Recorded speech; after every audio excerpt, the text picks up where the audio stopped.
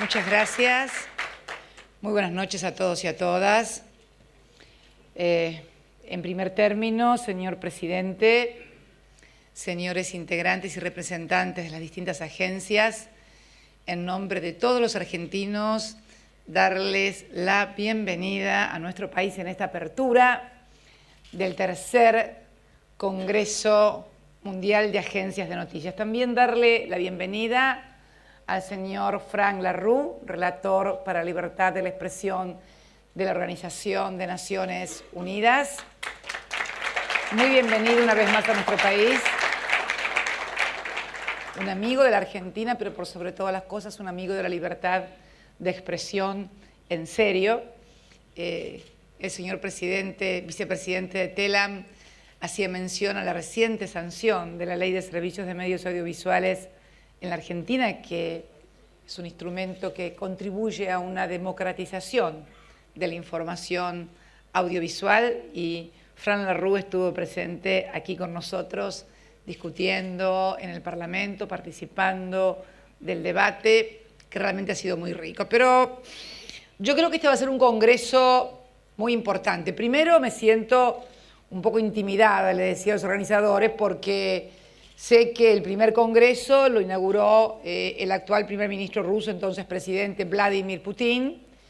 El segundo, Su Majestad, el rey Juan Carlos de España, un querido amigo nuestro y de la Argentina. Así que bueno, inaugurar este tercer congreso realmente es una gran responsabilidad. Pero yo quisiera recoger algunas de las cosas que he escuchado, porque me parece que va a ser el tema, y como aporte, a mí me encanta debatir y discutir, quiero aportar temas de debates. Primero, el tema de la red, que seguramente es un tema que desvela a las agencias de noticias, porque de ser los intermediarios de la noticia, hasta hace muy poco tiempo, en realidad todo lo que es agencias de noticias, y podríamos también incluir a los medios audiovisuales, han pasado ahora a competir con la red y hasta con la propia sociedad, que se convierte ella misma en noticia y produce la noticia. Sí me gusta el tema de la responsabilidad que abordó el señor presidente del comité organizador, porque es cierto que si una agencia de noticias difunde una noticia falsa, hay una acción legal para iniciar contra un sujeto que ha cometido un ilícito, que ha causado un perjuicio. Y lo cierto es que cualquier persona que actúa en la red no tiene este tipo de responsabilidad, con lo cual sí se impone, y no ya solamente como materia de un congreso de agencias de noticias, la necesidad de regulaciones globales en materia de red, en materia de intervención, porque hace también a la buena información y a la buena comunicación. Pero también se introdujo otro tema, que es la verosimilitud, que es la credibilidad, que es también difundir la noticia tal cual es. Y la gran pregunta y el gran interrogante es si existe la posibilidad cierta de difundir una noticia en forma absolutamente aséptica y objetiva, porque en realidad aún el hecho de la noticia siempre es mirado desde un lugar, desde una ubicación y desde una cosmovisión. Ejemplo, hace muy poco tiempo ocurrió un episodio muy feo aquí, en América del Sur, un intento de golpe de Estado en la República del Ecuador. Sin embargo, algunos difundían la noticia como una simple sublevación policial, en la cual inclusive se sugería que el presidente podía estar utilizando, deformando esto, cuando en realidad era simplemente un reclamo salarial de policías sublevados. Bueno, al cabo de las horas, y debo reconocerlo a través de imágenes inéditas de la televisión española que vi en Alemania, cuando estaba justamente en Alemania, se confirmó lo que, bueno, lo que el presidente Rafael Correa me había transmitido en las primeras horas cuando pude hablar por teléfono con él y lo que luego todos los mandatarios de la UNASUR reunidos aquí en Buenos Aires confirmamos. Se trató un intento de golpe de Estado y un magnicidio. Pero no todos informaron de la misma manera. Lo mismo sucedió con un golpe anterior en la República de Honduras. Por lo cual creo que si la Internet ha venido a revolucionar esta última parte de las noticias y de los medios de comunicación audiovisuales y de quiénes son los dueños de las noticias finalmente, creo que también la segunda mitad del siglo XX y fundamentalmente los últimos 25 años con la incorporación de grandes intereses económicos también comienza a jugarse el rol de las agencias o de las noticias, porque en realidad las agencias de noticias, junto con los medios de comunicación, son los que producen la información que a diario millones de ciudadanos globales leen y algunos otros, muy poquitos, sufrimos cuando estamos en función de gobierno. O sea, yo digo siempre que, cuando decía recién, aquí hay agencias oficiales, hay también agencias privadas que por lo tanto están más alejadas de los gobiernos, pero yo creo que en todos lados siempre hay intereses. Se trate de noticias o de lo que fuere. Y pretender presentar un mundo aséptico y sin intereses, creo que además de irreal es contraproducente porque nos priva de la diversidad, de la pluralidad, en tanto y en cuanto esta diversidad y pluralidad esté garantizada. Que esta es, creo, la gran discusión.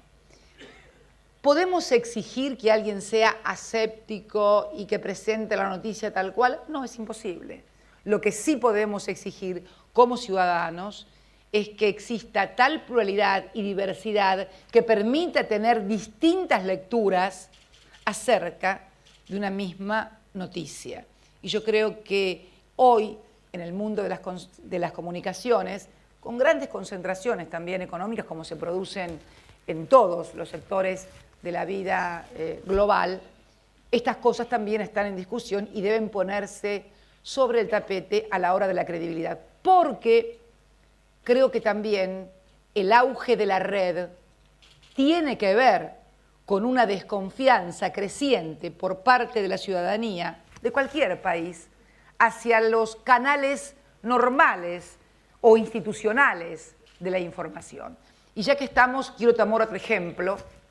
que no nos es atinente aquí en América del Sur, pero que sucedió, por ejemplo, en España con el 11M, donde desde los medios de comunicación,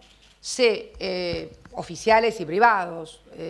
se daba una información acerca de cuál había sido el origen del atentado en Atocha, y en realidad en la red circulaba otra información que fue la finalmente confirmada como cierta. Por eso digo que este es el gran desafío. Pretender únicamente que la red es una innovación tecnológica en donde la gente se siente protagonista, creo que sería reducir la problemática y no entender la complejidad de un ciudadano que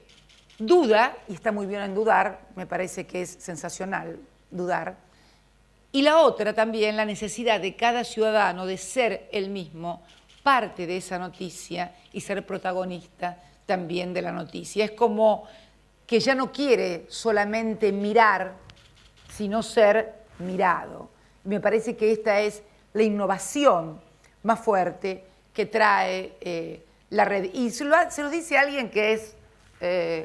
una novata, una inexperta, una analfabeta digital, les diría. Tuiteo, ahora me he enganchado mucho con esto del Twitter. Luego de decir cosas que luego salen absolutamente tergiversadas, he decidido que ya nada me tergiverse, entonces escribo, registre mi cuenta, y entonces lo que escribo, tengan la fe que es, salvo que me hackeen, es lo que yo realmente pienso o digo. Y esto, si para un ciudadano común es importante, para un jefe de Estado adquiere ya otra importancia. ¿Se imaginan lo que puede significar una frase que no fue dicha o una frase que fue mal interpretada o una frase que fue editada? Porque también las ediciones no solamente se producen en una isla y con imágenes, una isla de editado, sino también cuando uno habla. Por eso creo que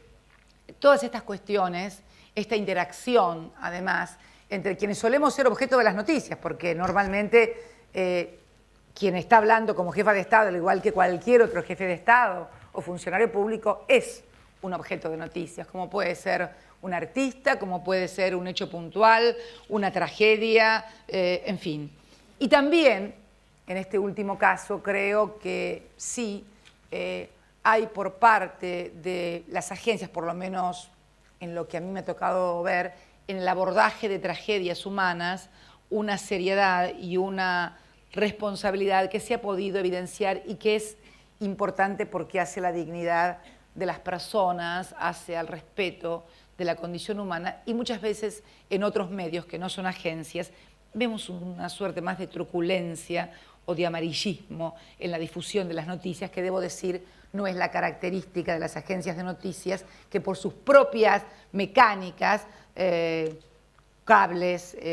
cosas cortas, no se pueden ni siquiera permitir el lujo de la truculencia, sino que tratan de presentar la imagen lo más desprovista posible de truculencias y cosas amarillentas, con lo cual realmente me parece muy bueno. Así que yo creo que hay un gran desafío que por supuesto no se va a agotar en este tercer congreso, ¿no? Porque además la historia viene cambiando y cada vez más rápido.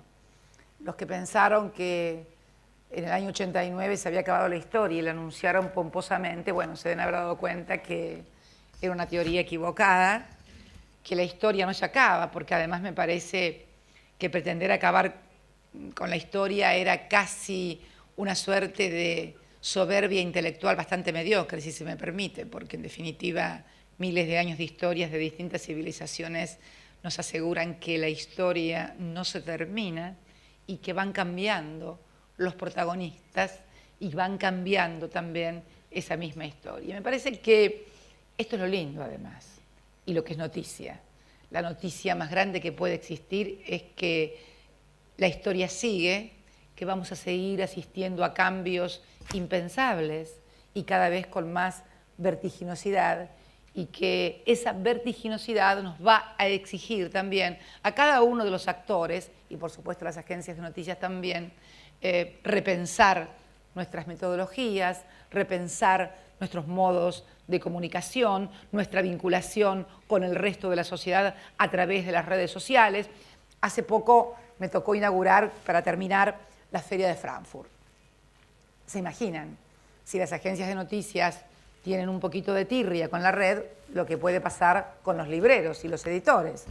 que ven realmente a la red casi como la sepultura, y más ahora con los iPad donde pueden estar los libros, ven casi como la sepultura de su industria. Y realmente me gustó mucho la actitud del presidente de la Cámara de Libreros alemanes, cuando en realidad decía que en realidad estábamos ante nuevas tecnologías,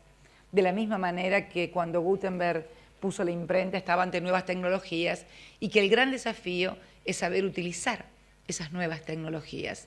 La palabra no se va a acabar, las noticias tampoco se van a acabar, al contrario, se van a seguir multiplicando cada vez más. Lo importante no es cerrarse y negarse ante la nueva realidad tecnológica, sino a través de regulaciones globales y utilizaciones inteligentes de esos nuevos modos de comunicación, dar más, mejores noticias que ayuden a democratizar